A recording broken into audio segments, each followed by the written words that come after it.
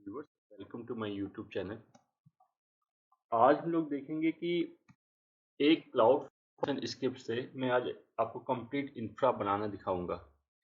तो जैसे टेराफॉर्म है, Terraform basically infrastructure as a code के लिए यूज होता है, लेकिन टेराफॉर्म में एडवांटेज क्या है कि टेराफॉर्म आपका किसी भी प्लेटफॉर्म के लिए कंपेटिबल है। मीन्स टेराफॉर्म के थ्रू आपको किसी भी प्लेटफॉर्म मीन्स एज्योर, गूगल या AWS में रिसोर्सेस को आप क्रिएट कर सकते हैं, मॉडिफाई या उनको मैनेज कर सकते हैं, डिलीट कर सकते हैं। लेकिन सेम वे AWS ने खुद का एक इंफ्रास्ट्रक्चर कोड आपको प्रोवाइड किया है जिसका नाम है क्लाउड फॉर्मेशन। तो क्लाउड फॉर्मेशन में भी आप YAML फाइल आप क्रिएट कर सकते हैं। YAML फाइल में कोडिंग करके आप कोई भी इंफ्रास्ट्रक्चर क्रिएट कर सकते हैं।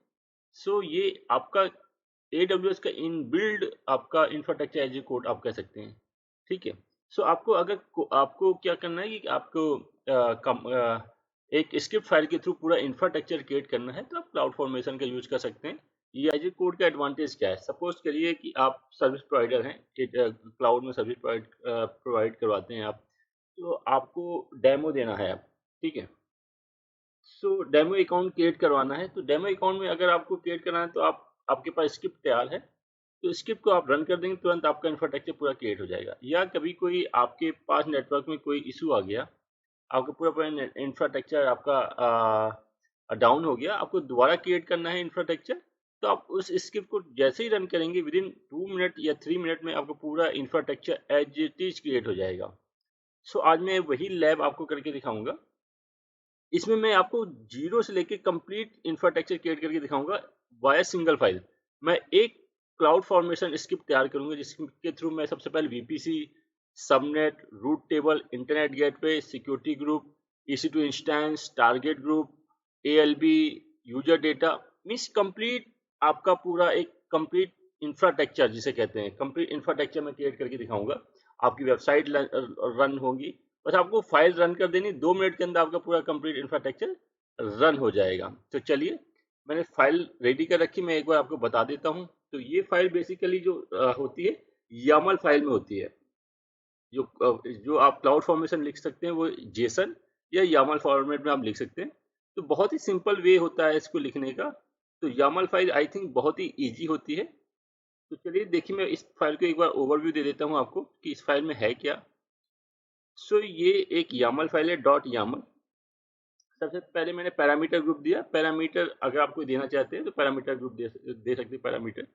तो मैंने पैरामीटर दिया सिक्योरिटी ग्रुप डिस्क्रिप्शन। तो सिक्योरिटी ग्रुप का डिस्क्रिप्शन स्ट्रिंग वैल्यू उसकी लेगा।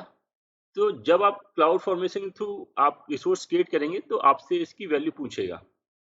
प्लस की नेम, ये की नेम है जो EC2 बनाएंगे उसमें जो की लगेगी उसका EC2 का की नेम आपसे यहाँ पे पूछेगा। ठीक है। तो ये पैरामीटर हो गया। अब देखिए, रिसोर्स सेक्शन के बाद आप जो भी रिसोर्स बनाएंगे, मतलब कोई भी रिसोर्स बना सकते हैं। पहला रिसोर्स मैंने बनाया है VPC। सो इसके लिए टाइप जो है AWS EC2 VPC है। CIDR ब्लॉक मैंने ये लिया। इसकी प्रॉपर्टी के अंदर देखिए अब क्या मैंने प्रॉपर्टी के अंदर क्या लिया, CIDR ब्लॉक। तो /16 का CIDR ब्लॉक दिया, DNS सपोर्ट इनेबल है, और इसका जो टैग दिया वो मैंने VPC1 दिया। इसके बाद मैंने दूसरा रिसोर्स बनाया इंटरनेट गेटवे। इसके लिए आपका type AWS EC2 internet gateway होता है। और देखिए इसमें इसको VPC के अंदर बनाते हैं। तो देखिए यहाँ पे मैंने वैल्यू ली है VPC के लिए, VPC इंटरनेट गेटवे बनाया है मैंने।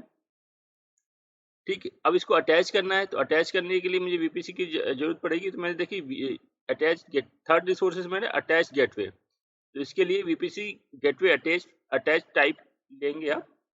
और VPC ID देखिए, VPC ID मैंने यहाँ के रेफर कर दिया कि कहाँ से आप लिखाइए, ये VPC से आप रेफर कर लीजिए। तो जो VPC बनेगा उस VPC में ये इंटरनेट गेटवे अटैच हो जाएगा। तो क्योंकि मैंने रेफ पैरामीटर यहाँ पे यूज किया है, रेफ एंड VPC, इस VPC में वो अटैच हो जाएगा। उसके बाद मैंने पब्लिक सबनेट बनाया, पब्लिक सबनेट 1, उसको इस सेम VPC के अंदर बनाया, रेफर VPC मैंने कर दिया। एंड CIDR ब्लॉक उसका मैंने /24 लिया। अवेलेबिलिटी जोन मैंने लिया 2A। ठीक। सेम मैंने प्राइवेट सबनेट 1 बनाया, इसका उसको भी सेम VPC में मैंने अटैच किया है। और इसका CIDR ब्लॉक मैंने /24 10.u.2.0/24 लिया। उसको मैंने जो अवेलेबिलिटी जोन है वो US ईस्ट 2A में ही बनाया है। सेम मैंने पब्लिक सबनेट 2 बनाया है, इसका मैंने CIDR ब्लॉक 3.0 लिया है और सबनेट पब्लिक सबनेट 2B में बनाया हुआ है। और सेम मैंने प्राइवेट सबनेट एक और, तो मैंने 2 पब्लिक एंड 2 प्राइवेट सबनेट बनाए हैं availability zone 2A and 2B में। उसके बाद मैंने यहाँ पे रूट टेबल बनाई है, तो रूट टेबल देखिए बनाई है मैंने यहाँ पे, ठीक है, VPC के अंदर रूट टेबल यहाँ पे बनाई public route table. Public route table बनाने के बाद मैंने रूट को असाइन किया कि कोई भी नेटवर्क का रिक्वेस्ट आए उसको इंटरनेट गेटवे में आप भेज दो, ठीक है। तो पब्लिक रूट टेबल में इंटरनेट गेटवे आप अटैच करते हैं, ये आपको पता होगा। तो कोई मैंने यहाँ पे डिफाइन किया कि किसी भी आईपी की रिक्वेस्ट आई 0000 किसी की आईपी की रिक्वेस्ट आई तो वहाँ पे उसको कहाँ पे फॉरवर्ड कर दो, गेटवे के पास, इंटरनेट गेटवे के पास फॉरवर्ड कर दो। तो यहाँ पर रेफर करके मैंने इंटरनेट गेटवे को रेफर कर दिया। उसके बाद मैंने यहाँ पे public subnet route table associate, so मैंने यहाँ पे जो रूट एसोसिएट किया है, मतलब सबनेट, इस पब्लिक सबनेट में कौन से सबनेट अटैच होंगे। तो मैंने 2 सबनेट अटैच किए, पहली बार पब्लिक सबनेट 1 किया है और दूसरी बार मैंने पब्लिक सबनेट 2 किया है, ठीक है। ये बेसिक आपके कॉन्सेप्ट है, अगर आपको VPC ग्राफिकली क्रिएट करना आता है तो आपको इजी समझ में आ रहा होगा स्क्रिप्ट। उसके बाद मैंने प्राइवेट रूट टेबल बनाई, यहाँ पे प्राइवेट रूट टेबल, ठीक है, इसका नाम मैंने प्राइवेट रूट टेबल दिया हुआ है। और प्राइवेट रूट टेबल में फिर मैंने क्या किया, सबनेट एसोसिएट किया, तो 2 सबनेट इसमें भी एसोसिएट होंगे, प्राइवेट सबनेट 1 और प्राइवेट सबनेट 2, क्योंकि मैंने 4 सबनेट बनाए, 2 पब्लिक सबनेट और 2 प्राइवेट सबनेट। तो पब्लिक सबनेट को मैंने पब्लिक रूट टेबल में एसोसिएट कर दिया, प्राइवेट सबनेट को मैंने प्राइवेट रूट टेबल में एसोसिएट कर दिया। अब यहाँ पे मैंने EC2 बनाया, पहला EC2 इंस्टेंस, EC2 इंस्टेंस 1, ठीक है। इसमें जो टाइप लेंगे AWS EC2 इंस्टेंस लेंगे, यहाँ पे मैंने AMI-ID डाल ली है, इंस्टेंस टाइप T2 माइक्रो लिया है। सिक्योरिटी ग्रुप रेफर किया EC2 सिक्योरिटी ग्रुप, ये मैंने नीचे बनाया हुआ है। तो देखिए, ये देखिए, ये ELB का EC2 इंस्टेंस है और ये EC2 सिक्योरिटी ग्रुप ये बनाया हुआ है। तो उसको नीचे से मैंने रेफर कर दिया है, सिक्योरिटी ग्रुप मैंने नीचे क्रिएट किया है, तो उसको यहाँ पे मैंने रेफर कर दिया है। किस सबनेट में बनेगा, पब्लिक सबनेट में बनेगा, पब्लिक सबनेट 1 में बनेगा, पब्लिक सबनेट जो 2A वाला है उसमें ये EC2 इंस्टेंस बनेगा। अब की नेम कौन सा लेगा, की नेम मैंने ऊपर जो रेफर किया, देखिए सबसे ऊपर आप जो की नेम देंगे वो की नेम इसमें की पेयर में अटैच हो जाएगा। यहाँ पे की नेम जो आपने वैल्यू दी है वो की नेम आपका अटैच हो जाएगा। ये की नेम की वैल्यू मैंने यहाँ पे नहीं दी है, जब मैं ये क्रिएट करूँगा क्लाउड फॉर्मेशन टेम्पलेट या स्टैक, तब ये मुझे वैल्यू असाइन करनी पड़ेगी। चलिए, तो मैं EC2 1 में था, तो यहाँ पे मैंने की नेम जो वैल्यू है वो रेफर कर दिए। अब यहाँ पे मैंने एक यूजर डेटा बनाया, यूजर डेटा में क्या किया मैंने, जो EC2 बने उसमें सबसे पहले यम HTTP सर्विस, यम के थ्रू HTTP सर्विस इंस्टॉल हो जाए, और फिर सर्विस को स्टार्ट किया है मैंने, और फिर सर्विस को इनेबल किया। उसके बाद मैंने एक index.html पेज बनाया जिसमें मैंने लिखा hello from region US east 2B, ये मैंने इसमें मैसेज डाल दिया है।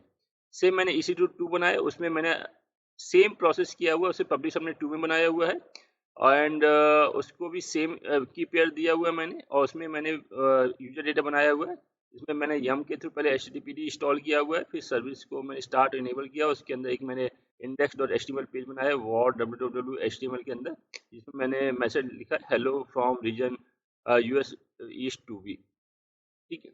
यहाँ पे 2A हो जाए कर देता हूँ मैं, और यहाँ पे 2B कर देता हूँ, 2A, ठीक है, और यहाँ पे 2B, ठीक है, ओके। अब यहाँ पे मैंने देखिए लोड बैलेंसर ELB के लिए मैंने सिक्योरिटी ग्रुप बनाया है, इलास्टिक लोड बैलेंसर मैं भी यहाँ पे क्रिएट करूंगा, उसके लिए सिक्योरिटी ग्रुप बनाया मैंने। तो ELB सिक्योरिटी ग्रुप के लिए टाइप आपका EC2 सिक्योरिटी ग्रुप होगा, ठीक है। VPC के लिए को मैंने यहाँ पे रेफर कर दिया है। सिक्योरिटी ग्रुप में मैंने क्या किया है कि आपको TCP पोर्ट नंबर 80 के लिए इनबाउंड रूल है, ये क्या है, inbound rule, ingress means inbound rule, और एग्रेस मीन्स होता है आउटबाउंड रूल। तो आउटबाउंड रूल आपको पता है ऑल ट्रैफिक अलाउ होता है, तो इसलिए आउटबाउंड रूल डिफाइन नहीं किया मैंने, इनबाउंड रूल डिफाइन किया।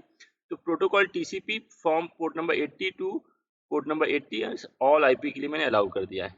तो 80 पोर्ट नंबर के लिए ऑल IP के लिए मैंने सभी सर्विस अलाउ, सभी ट्रैफिक अलाउ कर दिया। आपको पता है कि वेब सर्वर जो हमारा होता है वो पोर्ट नंबर 80 में रन करता है, ठीक है।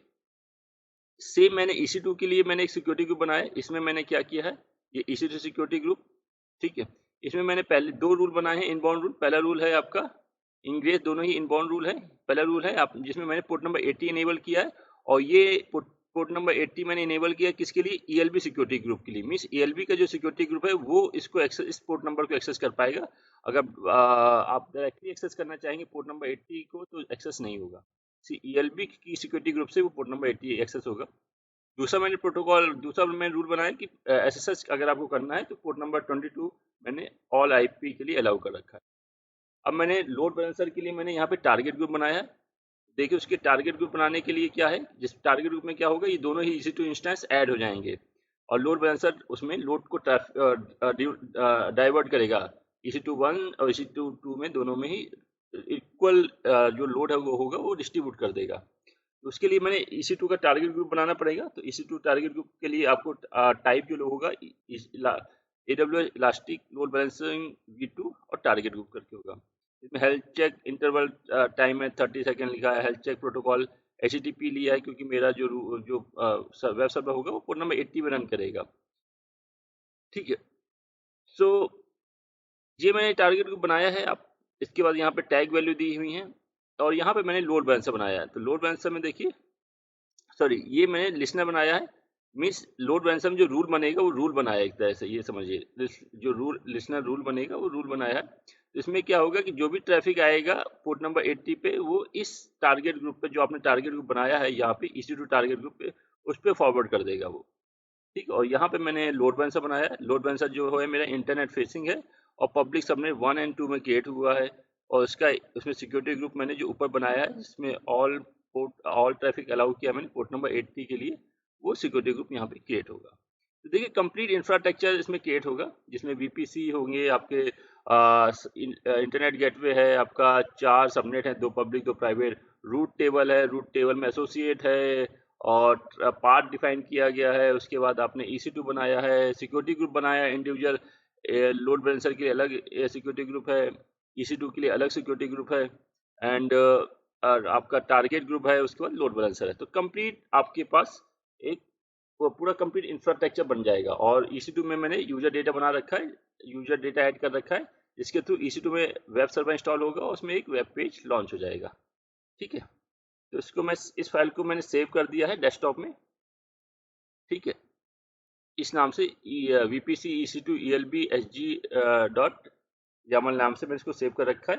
अब चलिए मैं AWS कंसोल में आता हूँ। तो ये देखिए मैं AWS कंसोल में हूँ और यहाँ पे देखिए मेरे पास सिर्फ इस समय ओहायो रीजन पे हूँ। ठीक है, और मेरे पास सिर्फ डिफ़ॉल्ट VPC है। तो चलिए देखिए अब कैसे मैं क्रिएट करूँगा। तो देखिए सबसे पहले आपको जाना है क्लाउड फॉर्मेशन में।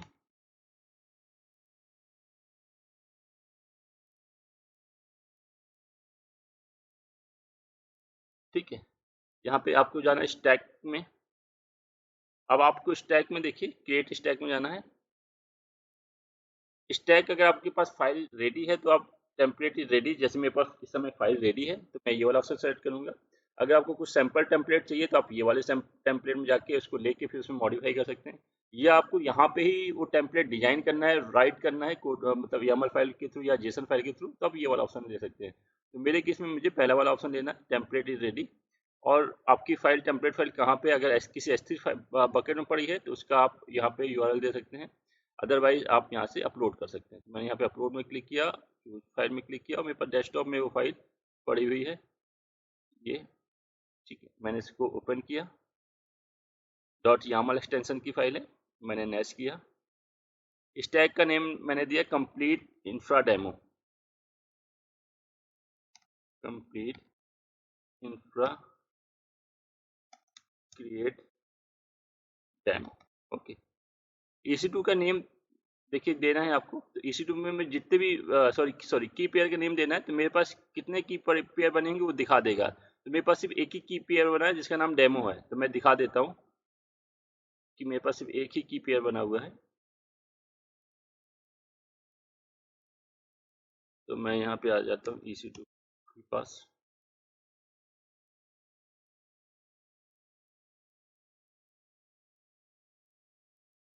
तो ये देखिए की पेयर में गया हूँ मैं और यहाँ पे सिर्फ एक ही की पेयर बना होगा जिसका नाम डेमो होगा, तो वो वहाँ पे दिखा रहा था। अगर आपको कोई दूसरा की पेयर अटैच करना है तो सबसे पहले आप की पेयर यहाँ से क्रिएट कर लेंगे, उसके बाद यहाँ पे रिफ्रेश करेंगे जाके तो वो की पेयर आपको दिखेगा। देखिए अब यहाँ पे सिर्फ डेमो दिखा रहा है क्योंकि मेरे पास सिर्फ डेमो की पेयर बना हुआ है। ओके, अगर आपको कोई दूसरा अटैच करना है तो आप यहाँ पे जाकर क्रिएट कर सकते हैं, क्रिएट की पेयर, और आप पीएम फाइल सेलेक्ट कर लीजिएगा, उसका नाम दे दीजिएगा, जो भी नाम आपको देना है क्रिएट कर लीजिएगा। उसके बाद यहाँ पे जाके रिफ्रेश करिएगा या दोबारा स्टैक ले लीजिएगा तो आपको ये की पेयर दिख जाएगा। तो अभी मेरे पास सिर्फ डेमो बना है तो मैंने डेमो की पेयर ले लिया। सिक्योरिटी ग्रुप का नाम मैं देना चाहता हूँ, मैं दे देता हूँ टेक्नोलॉजी क्रंच। ठीक है, टेक्नोलॉजी क्रंच मैंने नाम दे दिया और मैंने नेक्स्ट किया। सो यहाँ पे आपको कुछ नहीं करना, सिर्फ आपको नेक्स्ट करना है और यहाँ पे जाके आपको क्रिएट स्टैक कर देना है। तो जैसे ही क्रिएट स्टैक किया तो यहाँ पे देखिए क्रिएट इन प्रोग्रेस आपका स्टार्ट हो गया है और विद इन 2 और 3 मिनट के अंदर आपका पूरा के पूरा इंफ्रा क्रिएट हो जाएगा। तो देखिए सबसे पहले वीपीसी आपका क्रिएट इन प्रोग्रेस है, इंटरनेट गेटवे। आप इसको रिफ्रेश करिए तो देखिए अब आपका वीपीसी अभी बन रहा है। तो आप चाहते हैं तो यहाँ पे देख भी सकते हैं, तो वीपीसी में जाके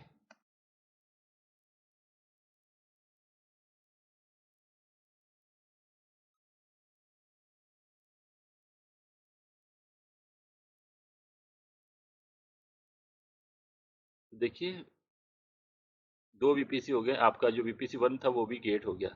देखिए मैं इसको रिफ्रेश करता हूँ तो ऑलमोस्ट मेरे सारे के सारे रिसोर्सेज क्रिएट हो गए हैं। ये देखिए कितने सारे रिसोर्स क्रिएट हुए। मैं भी आप उनको मैच करा के उनको प्रॉपर आपको वैलिडेट कर दूंगा। तो देखिए मेरा ये कंप्लीट हो चुका है। मेरा पूरा मीन्स इंफ्रास्ट्रक्चर 2 मिनट के अंदर मेरा रेडी हो गया है। तो मैं इसकी बाद आपको सारी चीज़ डिटेल दिखा देता हूँ। आपको रिसोर्सेज में जाना है, यहाँ से आपको सारी रिसोर्सेज की एंट्री मिलेगी। सबसे पहले आपका बीपीसी बना जिसका नाम आपने देख लिया, ठीक है। आपको यहाँ पे क्लिक कर सकते हैं तो वीपीसी के पेज में खोल देगा। फिर आपको पब्लिक सबनेट 2 बने हुए हैं, पब्लिक सबनेट 1 एंड 2, और फिर पब्लिक सबनेट 1 2 के बाद आपके पास पब्लिक रूट टेबल बनी हुई है और उसका पब्लिक रूट बना हुआ है और उसमें ये दो सबनेट एसोसिएट हुए हैं। सेम वे आपका प्राइवेट आपका रूट टेबल बना हुआ है, उसमें उसके बाद 2 सब प्राइवेट सबनेट बने हुए हैं और उस दोनों ये दोनों सब प्राइवेट सबनेट रूट टेबल में एसोसिएट हैं। इंटरनेट गेटवे बना हुआ है, आपके पास एक ELB सिक्योरिटी ग्रुप बना है, एक EC2 सिक्योरिटी ग्रुप बना है, 2 EC2 इंस्टेंस बने हैं, आपका पास एप्लीकेशन लोड बैलेंसर बना है और आपके पास एक टारगेट ग्रुप बना हुआ है। तो ये सारी चीज़ें आपके पास हैं। एक 1 बाई 1 में इसको कंसोल में वेरीफाई करा देता हूँ आपको। तो देखिए वीपीसी बना हुआ है मेरा। अब यहाँ से मैं जाता हूँ, यहाँ पे अपनी वीपीसी पे फिल्टर लगाता हूँ मैं। तो देखिए सबनेट में जाता हूँ मैं, तो public subnet 1, public subnet 2, private subnet 1 और प्राइवेट सबनेट 2, चारों सबनेट बन गए जिनके CIDR आपने ये दिए थे। उनमें कितना आईपी अवेलेबल है ये सब बता रहा है और किस रीजन में दिए थे वो रीजन भी यहाँ पे मिलेगा आपको। आपको रूट टेबल में जाना है तो रूट टेबल में जाएंगे तो यहाँ पे 2 रूट टेबल मिलेंगे आपको, एक पब्लिक रूट टेबल, एक प्राइवेट रूट टेबल। तो पब्लिक रूट टेबल में मैं क्लिक करता हूँ पब्लिक में, तो यहाँ पे देखिए रूट्स में ये पाथ मैंने ऐड किया था 000 को आप इंटरनेट गेटवे में सेंड कर दो, ये पास है। प्लस सबनेट एसोसिएट में 2 सबनेट आपने एसोसिएट किए थे, दोनों पब्लिक सबनेट थे, public subnet 1 and public subnet 2। Same आप प्राइवेट रूट टेबल देख सकती हैं, प्राइवेट रूट टेबल में आपने कोई एक्स्ट्रा रूट ऐड नहीं किया था तो डिफॉल्ट वाला पीसी वाला वीपीसी रूट ऐड है। और सबनेट एसोसिएट में देखेंगे तो दोनों प्राइवेट सबनेट एसोसिएट होंगे आपके। ये देखिए इंटरनेट गेटवे आपने क्रिएट किया था प्लस उसको अटैच किया था, तो देखिए इंटरनेट गेटवे है और ये अटैच है, जो हम लोग ने वीपीसी बनाया था वीपीसी 1 उसके साथ अटैच है। नेट गेटवे हम लोग ने बनाया नहीं था। और देखिए सिक्योरिटी ग्रुप, देखिए 2 सिक्योरिटी ग्रुप बनाई थी अपन ने। तो एक था ये वाला ELB वाला, ELB में चेक कर लेते हैं। इसमें मैंने 80 port number all public IP के लिए अलाउ किया था। ये देखिए 80 port number all public IP के लिए, मतलब ऑल आईपी के लिए मैंने अलाउ किया है, ठीक है। दूसरा सिक्योरिटी ग्रुप जो बना है EC2 के लिए बना हुआ है, तो ये देखिए उसका नाम है ये वाला टेक्नोलॉजी क्रंच वाला, ठीक है। इसको देख लेते हैं। तो इसमें पोर्ट नंबर 22 मीन्स एसएसएस के लिए, एसएसएस ऑल पब्लिक आईपी के लिए अलाउ है, मतलब ऑल आईपी के लिए अलाउ है। और पोर्ट नंबर 80 मीन्स एचटीटीपी की जो रिक्वेस्ट है वो सिर्फ आपकी इस सिक्योरिटी ग्रुप के लिए अलाउ है। ये सिक्योरिटी ग्रुप कौन सा आपका ELB वाला सिक्योरिटी ग्रुप है। मीन्स ELB सिर्फ एक्सेस कर सकता है EC2 इंस्टेंस को और कोई एक्सेस नहीं कर सकता है, उसका पोर्ट नंबर 80, ओके। और इसमें ऑल थिंग हो गया। अब चलिए मैं चलता हूँ EC2 में। EC2 में चलता हूँ।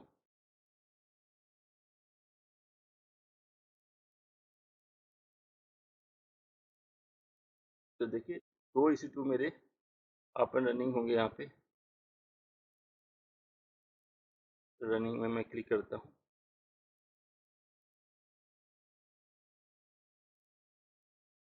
तो 2 EC2 मेरे रनिंग कंडीशन में है और दोनों ही आपके 2x2 हेल्थ चेक पास है। और इनमें अगर मैं आईपी देखूँ तो पब्लिक आईपी आपके पास एसोसिएट है, लेकिन इस पब्लिक आईपी को मैं डायरेक्टली एक्सेस नहीं कर पाऊंगा। क्यों? क्योंकि मैं सिक्योरिटी ग्रुप में अलाउ कर रखा कि ये जो पब्लिक आईपी है वो आपका वीपीसी के थ्रू ही सॉरी लोड बैलेंसर के थ्रू ही एक्सेस होगा। लोड बैलेंसर का जो सिक्योरिटी ग्रुप है ईएलबी का जो सिक्योरिटी ग्रुप है उसके थ्रू ही एक्सेस होगा। मींस ईएलबी ही इस स्टेट्स को एक्सेस कर पाएगा। ये जो वेब पेज बना है इस EC2 में वो बाय ईएलबी के थ्रू ही आप एक्सेस कर सकते हैं। आपके पास पब्लिक आईपी है लेकिन उसके थ्रू भी आप एक्सेस नहीं कर सकते। ठीक है, तो दोनों मेरे पास EC2 बन गए हैं। तो उनमें सिक्योरिटी ग्रुप देख लीजिए, दोनों पे जो आपने सिक्योरिटी बनाया था वो वाला सिक्योरिटी ग्रुप ऐड है। अब मैं दिखाता हूँ आपके टारगेट ग्रुप। तो जो टारगेट ग्रुप आपने बनाया था वो क्रिएट है EC2 target group and load balancer. जो आपने लोड बैलेंसर बनाया था वो लोड बैलेंसर भी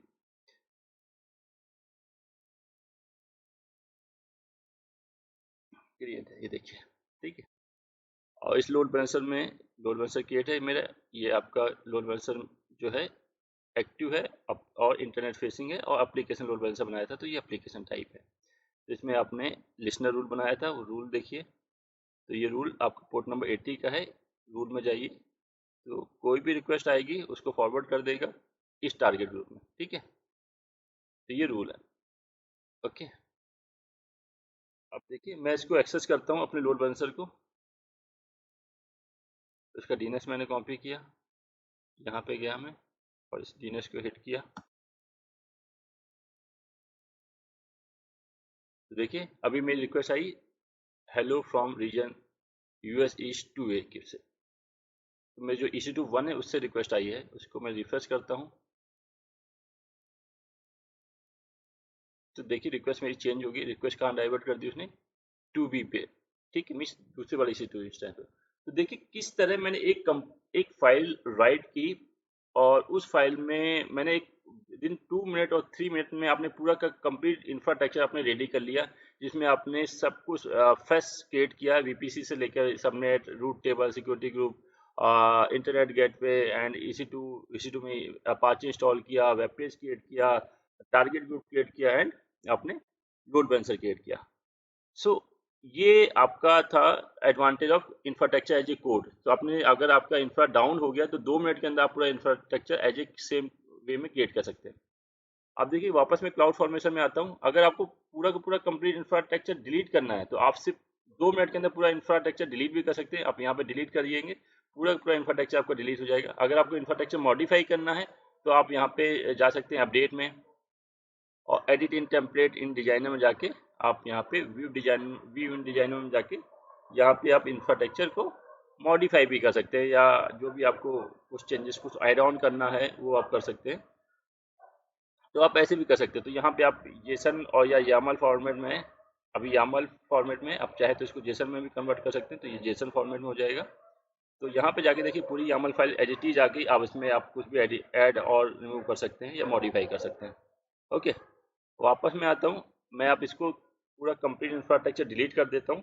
तो 1 मिनट के अंदर पूरा कंप्लीट इंफ्रास्ट्रक्चर डिलीट भी हो जाएगा। तो आपको करना क्या है कि जो ये स्टैक बना है आपका, इसके स्टैक को सिर्फ डिलीट करना है। तो आपने इसको डिलीट किया एंड डिलीट स्टैक। तो जितना भी रिसोर्सेज बना था इस स्टैक के थ्रू, इस यामल फाइल के थ्रू, वो सारा का सारा स्टैक 1 मिनट के अंदर डिलीट भी हो जाएगा। तो देखिए इसके इवेंट में जाता हूँ मैं और इवेंट में जाके यहाँ पे रिफ्रेश करता हूँ तो देखिए डिलीट इन प्रोग्रेस चालू हो गया। तो आपका देखिए EC2 टारगेट ग्रुप डिलीट भी हो चुका, एप्लीकेशन लोड बैलेंसर डिलीट हो चुका, ALB लिस्टनर डिलीट हो चुका। ठीक है, और रिफ्रेश करेंगे तो आपका प्राइवेट सबनेट डिलीट हो गया, प्राइवेट रूट टेबल, पब्लिक, ये सब देखिए डिलीट हो गया है। तो 1 मिनट के अंदर आपका इंफ्रा पूरा कंप्लीट इंफ्रा क्रिएट हो सकता है, प्लस 1 मिनट में ही आपका कंप्लीट इंफ्रा आप डिलीट भी कर सकते हैं। तो ये आपकी पावर होती है इंफ्रास्ट्रक्चर एज ए कोड की। इसलिए जो आजकल आप जो डेवॉप्स में जो आपके जो आती है जॉब, उसमें basically Terraform, CloudFormation, Ansible, इन सब को ज़्यादा एडवांटेज दिया जाता है। तो देखिए मेरा कंप्लीट इंफ्रा डिलीट हो गया, ठीक है। अब मेरे पास कुछ भी नहीं बचा होगा। तो देखिए EC2 में ये मेरे पास लोड बैलेंसर था, इसको मैं रिफ्रेश करता हूँ तो लोड बैलेंसर मेरा डिलीट हो चुका है। सेम वे मैं इंस्टेंस में जाता हूँ तो इंस्टेंस मेरे डिलीट हो चुके होंगे, ठीक है। यहाँ पे गया तो देखिए टर्मिनेट हो गया। मैं VPC में जाता हूँ तो पूरा कंप्लीट VPC मेरा डिलीट हो चुका होगा।